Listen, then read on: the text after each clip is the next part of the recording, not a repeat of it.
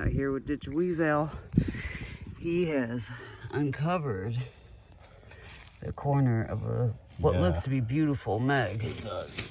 Let's get this thing out of here before we have a collapse incident.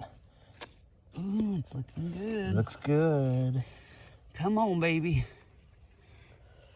Hey, that's not bad. Not too bad. Let's see the back. Oh, man. That shattered. It had to eat. Yeah, it did.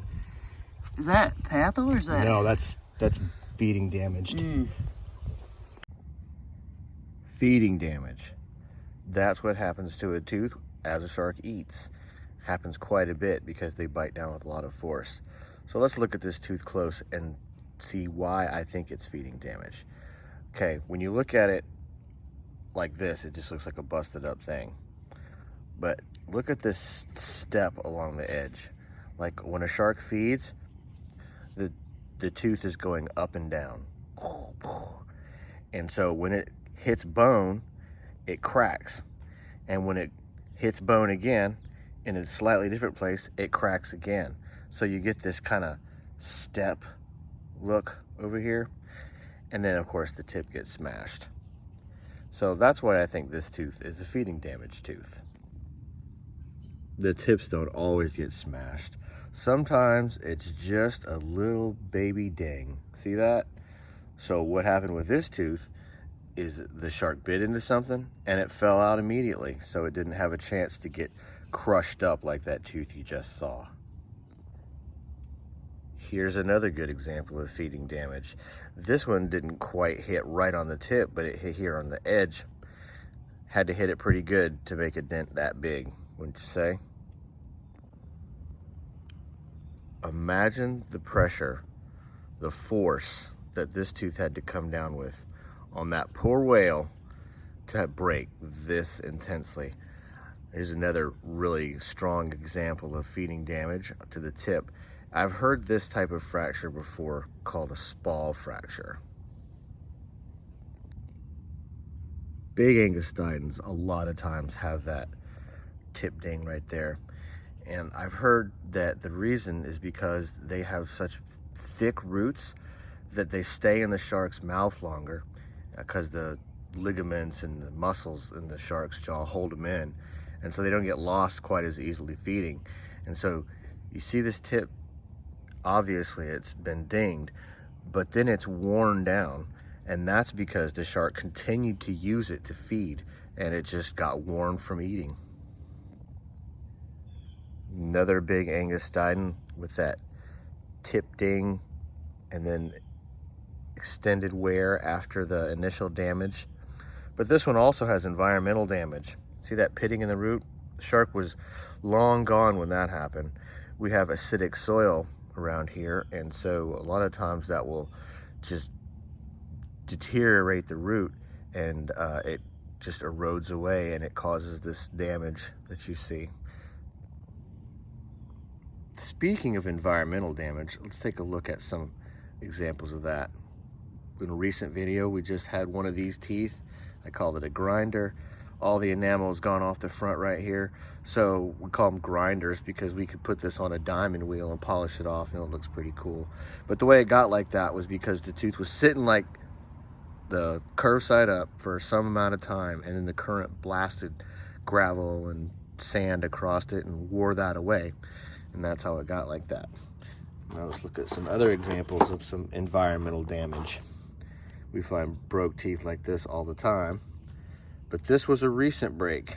And the reason I say that is because the broken area, it's a different color than this part. See, this part's natural. And so anytime I see a break like this, and oh, you got a different color in there than on the outside, it just happened. Whereas this tooth, that's an old break. See how it's all worn right here? That tooth was like that for quite some time. So been broke for a minute, that one. All right, what do you think about this one? This is an old break, right down the middle. Environmental damage.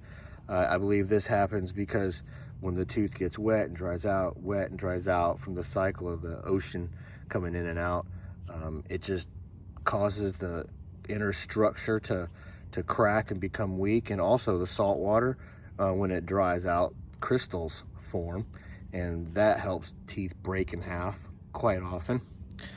And then finally we have this one, also half of a tooth, but it was a recent break. I still consider that environmental damage, probably when that was getting dug out, but you can see that it's obviously a different color on the inside than on the outside. So there we go. Back to feeding damage. There is where this one hit a bone or potentially bit into by another tooth. See that triangle? I mean, there aren't a whole lot of triangular bones. So when you see a break like this, it's very possible that the shark actually bit into it. But with this one, we don't really know for sure. So most people would look at this tooth and be like, "Bah, next." But let's look at it a little bit closer, because this has got all kinds of feeding damage going on to it. The first and most obvious one is this straight gouge right down through there, where the shark actually bit into this tooth while it was feeding. So what happened was this tooth came out and was either stuck in the prey or stuck in the jaw, and another tooth bit down on this thing, potentially more than once, but at least once, to leave that kind of mark. And then you have the tip ding that we've already discussed. And then we have another fracture on the side here where it came down on something. So that tooth is definitely battle scarred. Here's another tooth that, if you didn't really look close at it, you would think it was just a piece of junk and you would just toss it aside. But this tooth has a story to tell. First off, look at that. Look at the way the enamel is still attached to that tooth on the inside there. And it's very smooth edge. So this tooth was actually probably sheared on this side by another tooth. Like it actually just shaved it right off. And then this side, same story, or potentially it got crushed by a bone. And then you have that bite mark up there. But what happened to this tooth, I think, was it got damaged, and then it stayed in the shark's mouth for a while. And it tried to heal again, but it didn't quite get there before it fell out. But that is a very interesting feeding damaged tooth right there. Here's another good example of a bitten tooth. You got the obvious gouge back there, but this tooth wasn't lost immediately. After that happened, it stayed in the shark's mouth. And you can tell because this little bit of enamel right there, it's kind of angled off to the side, and you can see where the bone started to heal up right there where the tooth was bit. So the shark still wanted to use this one. It wasn't done yet. This is probably one of the coolest feeding damaged teeth I have. So you look at it right up front, it doesn't look like there's any really obvious damage. I mean, it's got the cusp, it's got the tip, it's got a cusp on that side, maybe a little patho over there. But the damage isn't obvious until you really start looking close at it. And then you see right over here, you've got this long oval-like gouge.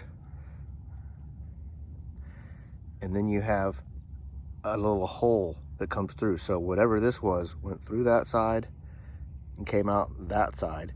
And then this stayed in the shark's mouth for a while because you can see where that hole started to heal up on that side. So what I think caused this damage is a stingray barb. This shark was eating a stingray, and while it was feeding, that stingray was trying to save its life, so it's stabbing wildly, and it got this tooth. See how the shape of that is almost the shape of this? And you could see if it came in like this, it would come out the hole in the back like that. So it got it there, and then it potentially got it right here also. And that even could have been responsible for the pathology on this side of the tooth. So, there we go. Feeding damage. But it was actually done by the prey and not the shark itself. Feeding damage teeth. A flat full of fossils with a story to tell. And you got some of them that were chomped multiple times, some of them that just crushed the tip, some of them that bit the tooth, some of them that stayed in the mouth after they bit the tooth and then tried to heal, and some of them that show evidence of the prey trying to get away. All of them have a cool story to tell. Very cool fossils. Even though they're damaged, I really like these because each of them is unique, and it shows, you know, just how awesome that time period in history was, where these immense creatures were eating immense things, and everyone's just trying to survive. Cool fossils. Thanks for watching the video. Hope you enjoyed it. Please hit that subscribe button if you haven't, and we'll catch you next time. Happy hunting.